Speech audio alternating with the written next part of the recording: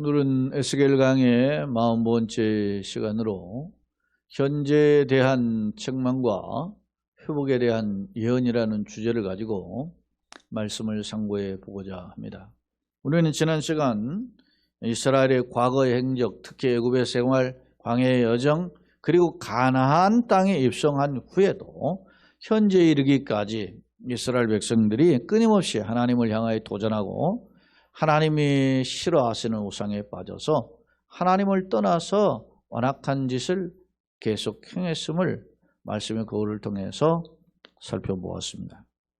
오늘 본문은 30부분의 현재 이스라엘의 상태를 지적하며 현재 이스라엘, 그러면 현재는 어떠냐? 과거는 그렇다 치고 현재는 어떠냐? 앞서 이스라엘 백성들이 그런 말을 했잖아요. 아버지가 포도를 먹었는데 왜 우리가 십니까? 그러니까 왜 아버지가 죄를 지었는데 우리가 죄값을 지불해야 됩니까? 라고 하는 불평이 있었죠. 그러면 한번 들여다봅시다. 이스라엘 현재 죄의 상태는 어떤가? 현재 상태는 어떤가? 그 상태를 지적하면서 그들의 현재 상태 역시 준엄한 심판을 피할 수 없다라는 점을 상기하고 있습니다. 주목할 점은 하나님께서는 그럼에도 이스라엘에게 대해서 회복을 약속해요. 냄새나지만 회복을 약속해요. 장차 또 포로로 끌려가 바벨론을 갔죠. 그렇지만 돌아온다는 거예요. 그 의미가 뭔가 도대체? 왜 하나님은 죄악에 대해서 진노하시고 그 진노의 백성들 또 왜 회복하시는 이유는 뭔가? 혹시 하는 말하기를 변덕쟁이가 아닌가? 뭐 이렇게 생각할 수 있잖아요. 이랬다 저랬다 하시는 분 아니냐? 이렇게 생각할 수 있잖아요. 그렇다면 도대체 왜 그렇게 하시는가? 그런 의미를 우리가 들여다볼 필요가 있어요. 그 까닭은 무엇인가? 먼저는 하나님의 이름, 하나님의 영광을 위해서. 내가 나를 위하여 내가 너를 지명하여 불렀 너는 내 것이다. 너는 내가 나의 찬송을 부르려고 택하였다 그랬어요. 내가 너를 택하였나요? 나의 찬송을 부르게 하려 함이라. 이사야 43장에도 기록하고 있죠. 하나님의 영광을 위해서. 그러니까 하나님의 이름을 위해서 나를 택하셨습니다. 할렐루야. 그러니까 얼마나 우리가 귀합니까? 역으로 보면. 나는 부족해요. 실수가 넘어짐이 있어요. 근데 하나님은 하나님의 영광을 위해서 나를 포기하지 않는단 말입니다. 그게 신실하신 하나님이죠. 더군다나 나하고 약속하셨습니다. 무슨 약속? 생명의 약속을 하셨단 말입니다. 그 약속은 누구에게 있었습니까? 우리 흔히 아브라함의 언약에도 있었고, 물론 처음 아담이 말이죠. 선악과를 담아서 에덴 동에서 추방당하지만 하나님 그에게 동물의 옷을 입히시고 그리고 약속하시잖아요. 그게 최초의 소위 메시아의 약속이죠. 여자의 후손인 뱀의 머리를 상하게 하죠. 뱀으로 상징되는 것은 사단 아닙니까? 여자의 후손은 누굽니까? 메시아란 말입니다. 그 뱀의 머리는 사탄의 머리를 상하게 하는 때가 올 것이다. 창세기 3장 15절의 말씀이.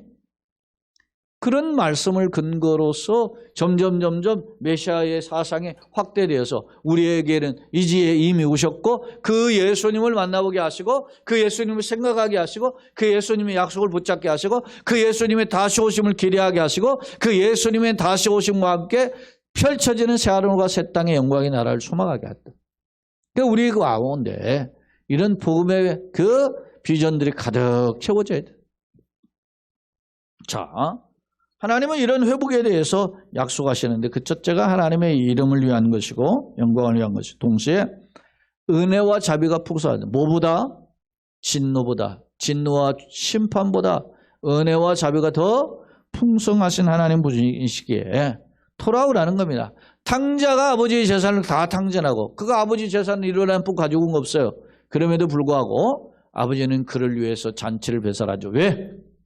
회개하고 돌아오는 자에게는 한량없는 은혜를 베푸시는 분이 아버지이심을 성경은 탕자의 비유를 통해서도 우리에게 교훈하고 있어요.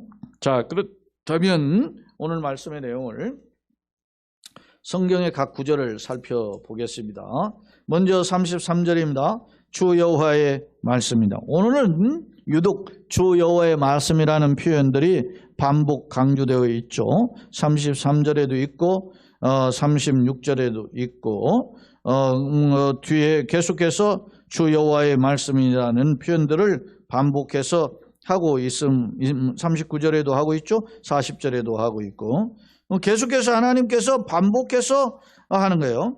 그러면서 또 하나 나오는 주여 말씀이니라 이런 표현과 함께 더불어서 나오는 표현이 그런 말씀대로 이루어지는 현상을 보고 너희가 나는 여호와인 줄 알리라. 38절에도 있고 42절에도 너희는 내가 여호와인 줄 알고 그렇게 표현하고 있죠. 또 44절에도 내가 여호와인 줄 너희가 알리라. 그런 표현하고 있죠. 이런 표현들을 반복해서 하고 있음을 알 수 있습니다. 왜 하나님의 말씀을 주셨는가? 이것은 하나님의 말씀이다. 하나님의 말씀이라는 것을 반복 강조하면서 굉장히 중요한 약속을 하신다는 거죠. 이게 선지자를 통해서 반복하면서 하나님의 정말로 어떻게 보면 짝사랑과 같죠. 끊임없이 하나님의 사랑을 주고 기다리시고 베푸시고 참으시고 그리고 길을 열어주시는 그런 하나님의 모습을 볼 수 있잖아요. 그런 걸 볼 수 있어요. 자, 33절 주여 말씀이나 뭐라고 하시느냐. 자, 들어보세요. 내가 나의 삶을 두고 맹세하노니. 하나님의 변함이 없는 그 약속이죠. 맹세는 나의 삶을 두고 맹세한다. 하나님이 하신 것은 결코 손바닥 바꾸지 않겠다. 변함이 없다. 신실하다. 그런 것을 강조하고 있어요. 내가 능한 손과 편팔. 이게 소위 관용적 표현인데 능한 손, 편팔은 소위 하나님의 제가 이게 히브리어를 여러분 교재에도 적어놨어요. 두 번째 화면에 적어놨고 유인물 속에서도 현장에 오신 분에게는 이게 이제 가지고 계시는 건데 베아드 사카 위주로와 네투야라고 하는 이 단어인데 이게 성경 문학적 표현이고 관용적 표현으로 사용됐는데 이게 뭐냐면 누구도 대항할 수 없는 강력한 힘을 가진 하나님의 힘을 나타낼 때 이 능한 손, 편, 팔 이렇게 사용하고 있다라는 점입니다. 그러니까 강력한 손으로 능력으로 분노를 쏟을 것이다. 그러니까 하나님 막을 수 없다는 거죠. 분노를 쏘아 너희를 여러 나라에서 나오게 하고. 자, 포로로 잡혀가게 하고 아직 다 끌려가지 않았죠. 그러나 지금 현재 1차, 2차 포로로 간 상황이에요. 그리고 이제 3차 포로로 가고 때가 차면 70년 차면 돌아오죠. 처음부터 끌려갔을 때부터 70년 차이고 오잖아요. 607년에 끌려가고 586년에 소위 돌아오니까 그렇게 이제 돌아오는 과정이 70년 동안의 기다림과 함께해서 이제 하나님께서 회복의 은혜로 허락하시는데 다 누가 하느냐? 하나님의 능한 손과 편팔로 하신다. 그렇게 합니다. 그리고 너희의 흩어진 여러 지방에서 모아. 그랬어요. 이스라엘 백성들이 끌려갔던 여러 바벨론 여러 나라에서 여러 지방에 흩어져 있잖아요. 그런 곳에서 하나님께서 이제 돌아오게 하실 것이다 라고 하는 것입니다. 그러면서 35절에 너희를 인도하여 낸 여러 나라 광야에 이르러 거기서 너희를 대면하여 심판하되 그렇게 표현하고 있어요. 자, 대면은 얼굴을 마주보다 그런 뜻입니다. 그러니까 하나님께서 얼굴을 마주보면서 어떤 직접적인 하나님의 개입을 표현하고 있어요. 이런 표현을 통해서 보면 우리가 하나님께서 이 모든 일에 어떻게 해요? 직접적으로 행하시는 일이 주인이심을 보여주고 있어요. 특별히 하나님이 친히 여기 보면 심판하시겠다 그런 표현을 하잖아요. 35절에 대면하여 심판하되 그러니까 하나님의 심판을 피할 수 없다라는 점을 보여주죠. 또 36절 내가 애굽 땅의 광야에서 너희 조상들을 심판한 것 같이 애굽 땅 광야에서 그렇겠죠. 출애굽을 해서 이스라엘 백성들이 가나안 땅으로 들어가야 되는 못 들어갔잖아요. 40년을 방황하게 돼요. 물론 여러 가지 대표적인 이유가 있지만 여러 가지 죄악 범죄들이 많죠. 가장 이제 큰 죄는 이제 가데스 바네아에서 불평 원망하다가 결국 40년 방황하게 되고 또 시내산의 앞에서는 말이죠 우상 금송아지 만들고 발행하게 되고 물이 없으면 물이 없다고 뭡니까 먹을 것 없으면 먹을 것 없다고 고기가 생각하면 고기가 없다고 길이 좀 걷는데 불편하면 길 가지고 불평하고 끊임없이 불쾌하죠.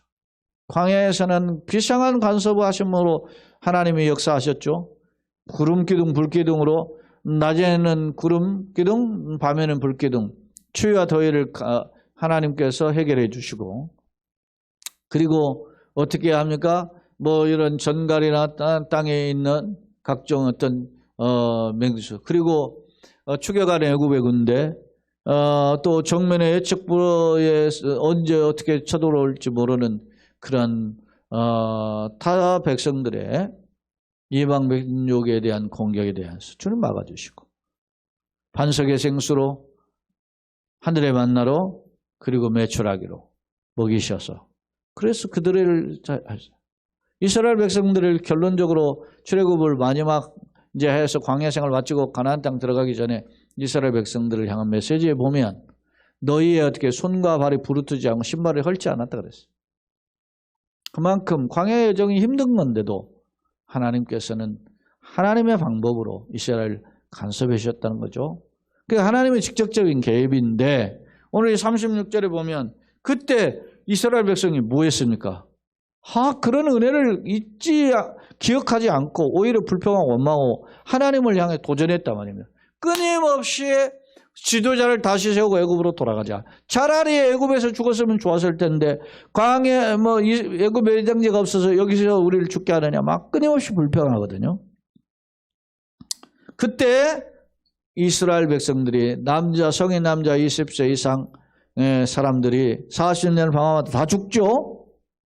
특히 가데스 바네에서 정탐꾼에 악평하다가 보니까 12명의 정탐꾼 중에 갈렙과 여호수아를 제외한 10명의 정탐꾼의 부안해동에서 이스라엘 백성들이 거기서 결국 원망을 쫓아서 죽게 되잖아요. 그런 거죠. 그걸 상기해요.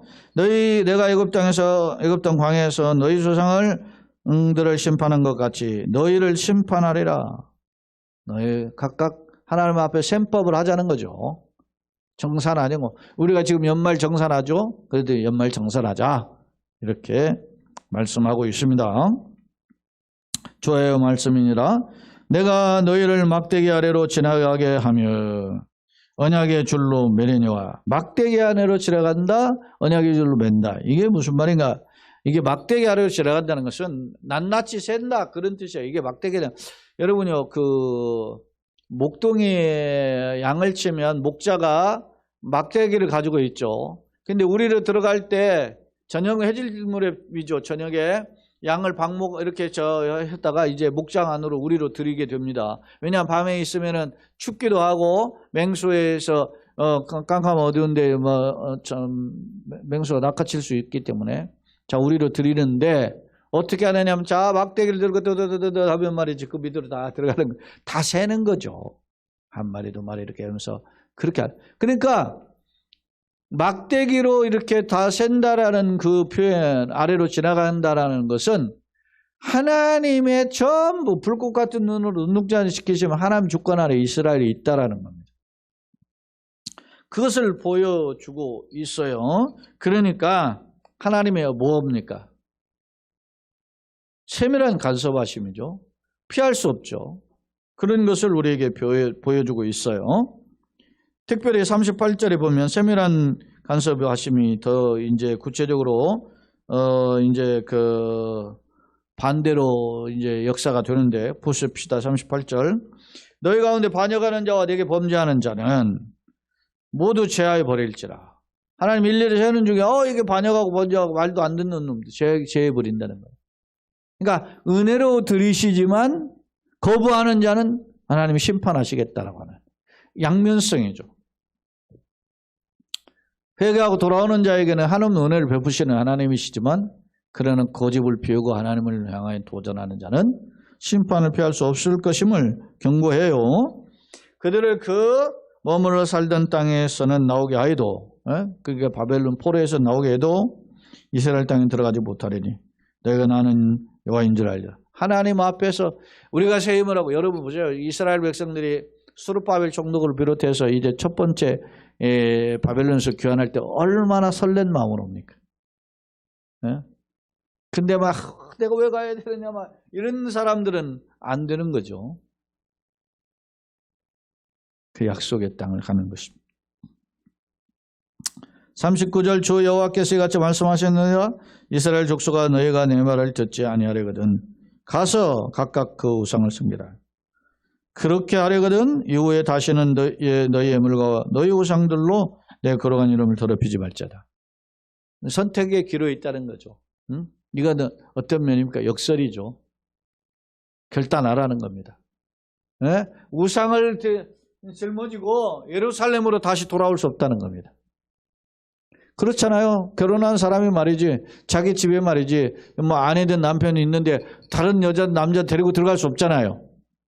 마찬가지 아닙니까? 하나님의 거룩한 땅에 돌아오려거든 내가 하나님의 이름을 더럽히지 않은 마인드가 있어야 되는 거 아닙니까? 예배당에 올라온다. 주일 예배하러 올라온다. 그럼 어떻게 해? 예배하러 오는 거지. 예배당 예배하러 오는 거지. 딴짓하러 오는 거 아니잖아요. 뭐 개하러 온다든지 뭐 누구한테 뭐 일수돈 받으러 올랐는다. 뭐 그런 거 아니잖아요. 왜? 교회가 무슨 뭐 사교장입니까? 돈놀이하고 개 모임 하는 데가 아니잖아요. 본말을 잊어버려서는 안 되네. 예? 본말을 바꿔치기 하면 안 된다는 거예요.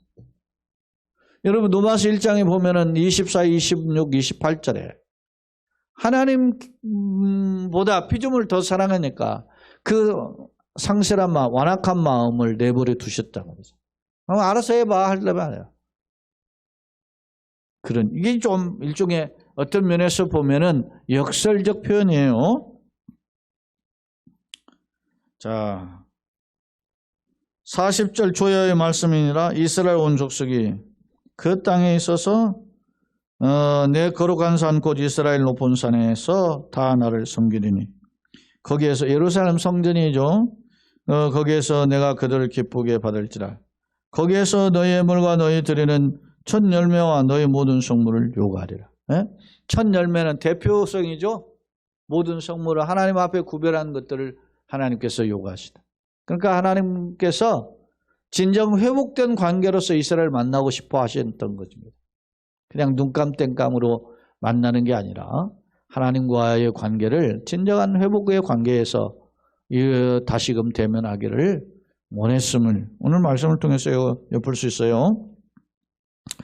41절 내가 너희를 인도하여 여러 나라 가운데서 나오게 하고 너희가 흩어진 여러 민족 가운데서 모아낼 때에 이제 바벨론에서 이제 돌아오게 되죠. 그럴 때 내가 너희를 향기로 받고 향기라는 것은 흠향하신다.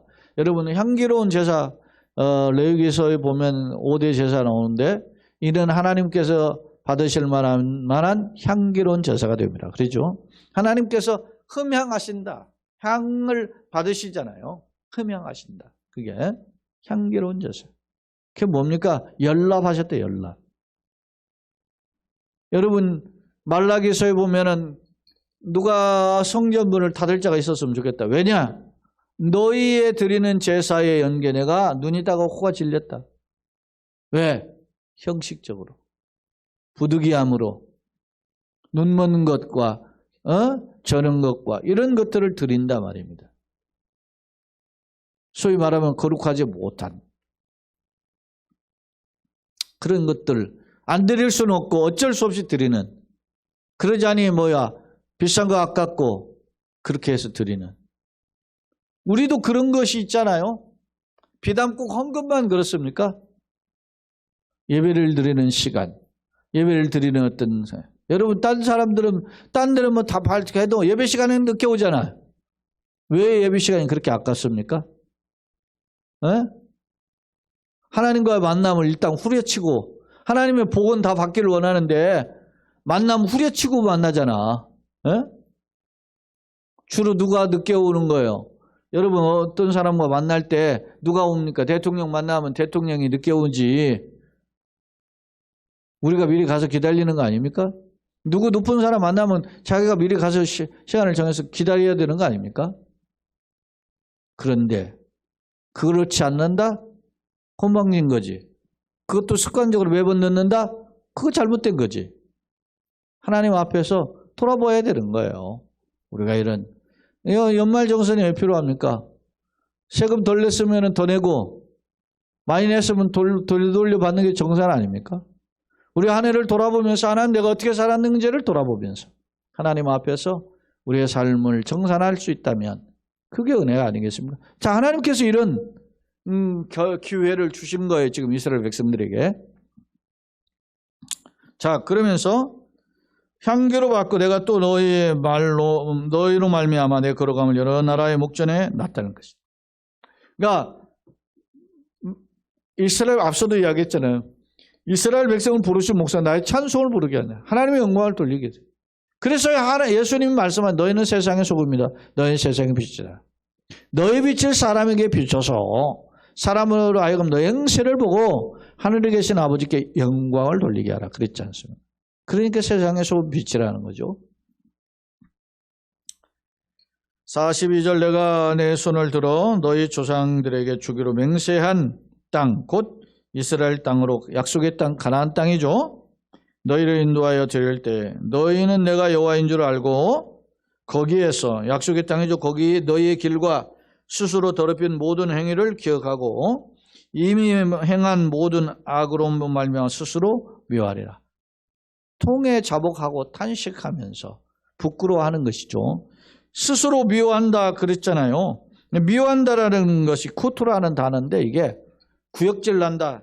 혐오스럽게 막 소름이 끼칠 정도로 막 혐오스러워하는 그런 것입니다. 그런 태도. 스스로 자기의 그 과거의 행적, 스스로 과거의 자기의 냄새난 모습을 보고 그 소스라치게 놀라면서 헛구역질하는 그런 것이죠. 여러분 바울이 탄식하는 고백 중에 로마서 7장에 보면 24절에 오라 나는 곤고한 자로다. 이 사망의 몸에서 누가 나를 건져내랴. 이런 탄식이 있어요. 이게 무슨 표현이냐면 로마의 형틀 중에 공동묘지에 시체를 하나 꺼집어내고 그리고 이 죄수를 그 시체에 다 묶어버려요. 어떻게 묶냐? 그냥 묶질 않아요. 얼굴은 얼굴, 코는 코, 입은 입을대로 맞춰서 손은 손대로 묶고 그렇게 해서 시체에다가 한 사람을 묶어가지고 그냥 묶어서 매달아 놓은 거예요. 그러면 시체가 사람이 얼마나 몸소리치겠습니까? 그 고통, 썩은내는 물건이거니와 몸소리치는 그러면서 그 고통 중에 죽어가는 거예요. 바울의 탄식이 그랬단 말입니다. 오라 나는 곤고한 자로다. 곤고한 자. 이 사망의 몸에서 누가 나를 건져내? 인간으로 이렇게 살아가다 보니까 내 힘으로는 안 된다는 것을 바울이 절절히 깨닫고 있는 거죠. 은혜가 부어져야 돼. 근데 여러분 로마서 7장으로 끝나지 않고 그 다음 이어지는 장이 8장이라는 거죠. 그러므로 누구든지 그리스도 예수 안에 있는 생명의 성령에 위해 죄와 사망의 벌써 우리를 해방하였습니다. 그리스도 예수 안에 있는 자는 결코 정죄함이 없나니 이는 예수 안에 있는 생명의 성령의 죄와 사망에 위해서 우리를 해방하였다. 우리가 이 사망에서 이겨낼 수 있는 비결이 뭐예요? 예수 안에 있는 생명의 성령의 법에 붙들려야 돼요.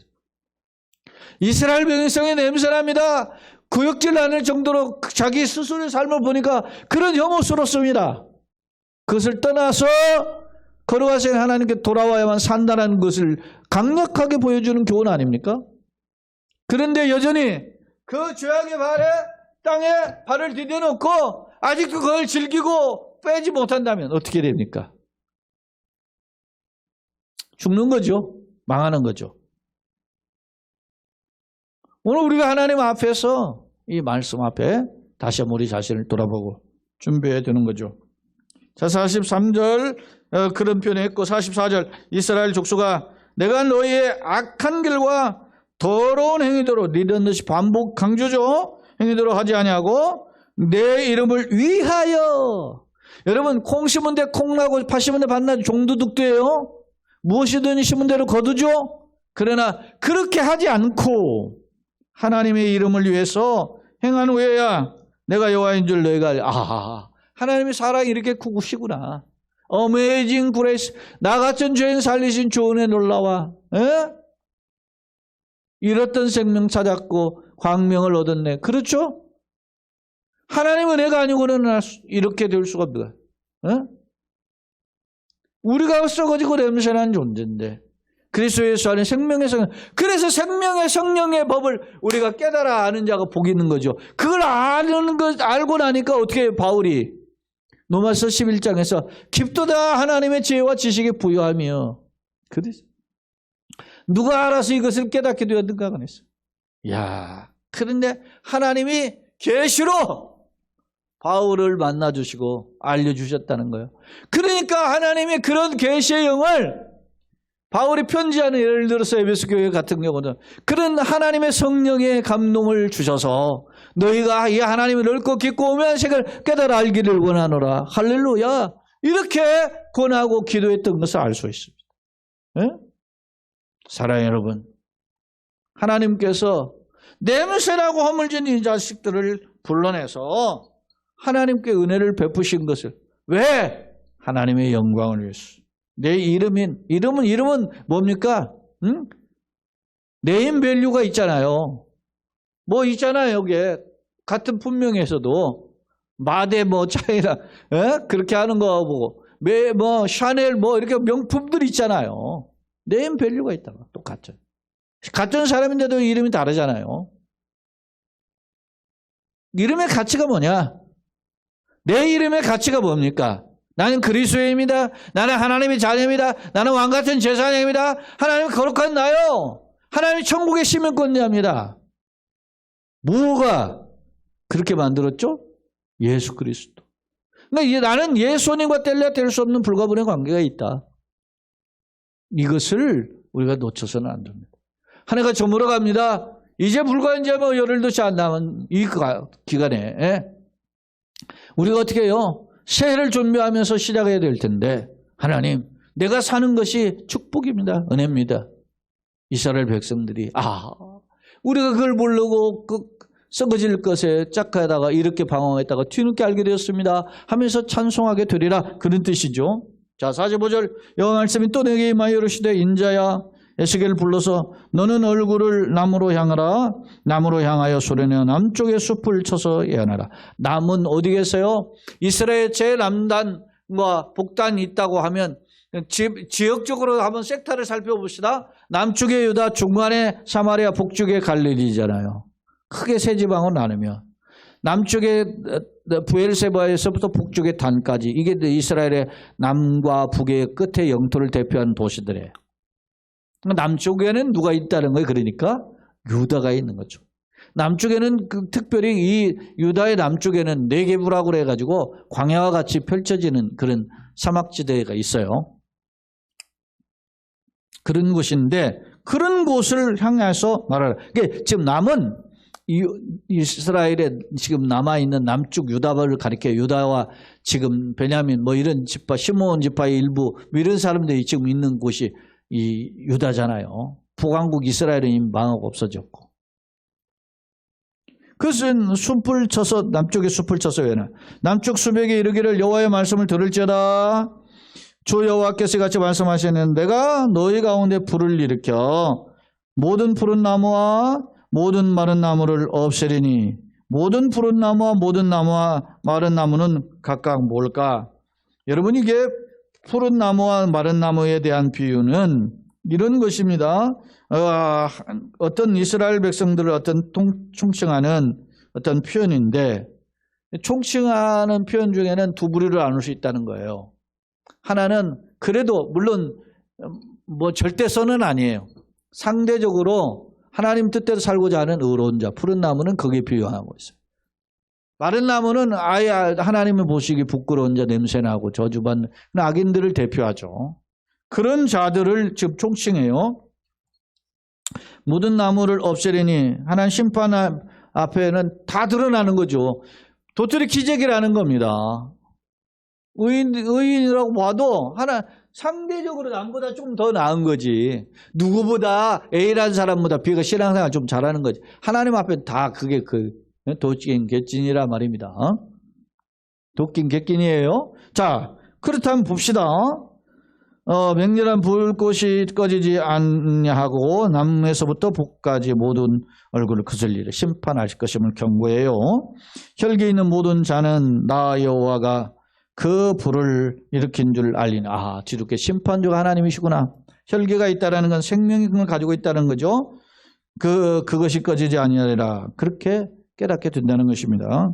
이 말씀을 이제 인자인 에스겔이 받았죠. 받아가지고서는 이제 백성들에게 선포하니까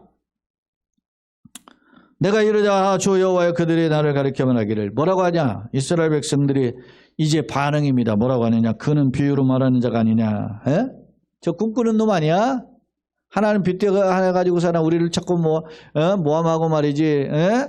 기분 나쁘게 말하는 선지자 아니야? 흘려듣는 거죠. 한쪽 귀로 듣고 한쪽으로 흘려듣는. 에? 마치 씨앗을 뿌리면은 길가 돌짝밭 가시밭 이렇게 옥토밭 나눠 떨어지잖아요. 그런 것처럼 길가와 같이 마치 돌짝밭이나 혹은 말씀 받아도 가시밭같이 했다가 그걸 한결 듣고 잘하지 못하는 자와 같은 그런 모습을 보여주고 있어요. 이스라엘의 교만이죠. 이게 영적 무지에서 비롯된 교만이죠. 자, 두 번째 화면입니다. 하나님께서 이스라엘 백성 전체 현재 상태를 책망하시면서 회개를 촉구하셨죠. 심판을 행하시는 하나님의 묘사하는데 아까 능한 손 편팔이다라는 관용적 성경 문학적 표현을 사용해 봤어요. 앞서 막대기 아래로 다 지나가겠네. 일일이 목자가 다 이제 우리로 들어가는 양들을 세는 그 표현들이라고 했어요. 그 다음 미워한다라는 것은 구역질난다, 소름 끼칠 정도로 혐오스럽다 그런 표현입니다.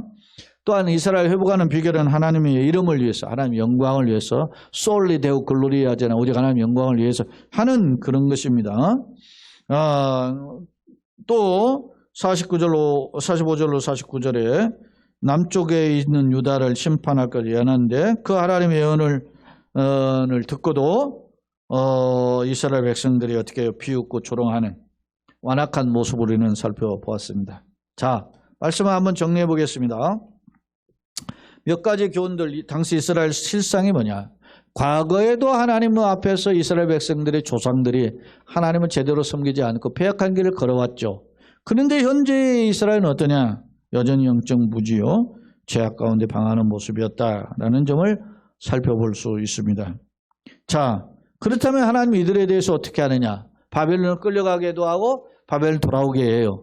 그냥 돌아오는 자들도 그냥 아무나 예루살렘 들어보내는지 아니하시고 그들을 어떻게 해요? 각각 구별하시겠다 하시죠. 그러니까 하나님은 구원, 회복과 함께 심판을 동일하게 진행하시는 분이다. 은혜가 풍성한 하나님이시지만 그러나 죄도 엄히 징계하신 하나님이다 라는 점을 상기하고 있어요. 세 번째 하나님의 영광. 회복의 비결은 뭐냐? 이스라엘 회복의 비결은 하나님의 이름이죠. 하나님의 영광을 위해서 회복하신다. 그리고 신실하신 아브라함과 이삭의 하나님, 야곱의 하나님, 모세의 하나님 이렇게 다윗의 하나님 약속의 하나님이잖아요. 그 언약에 신실하신 하나님으로서 그들을 회복하신다라고 하는 점을 강조해요.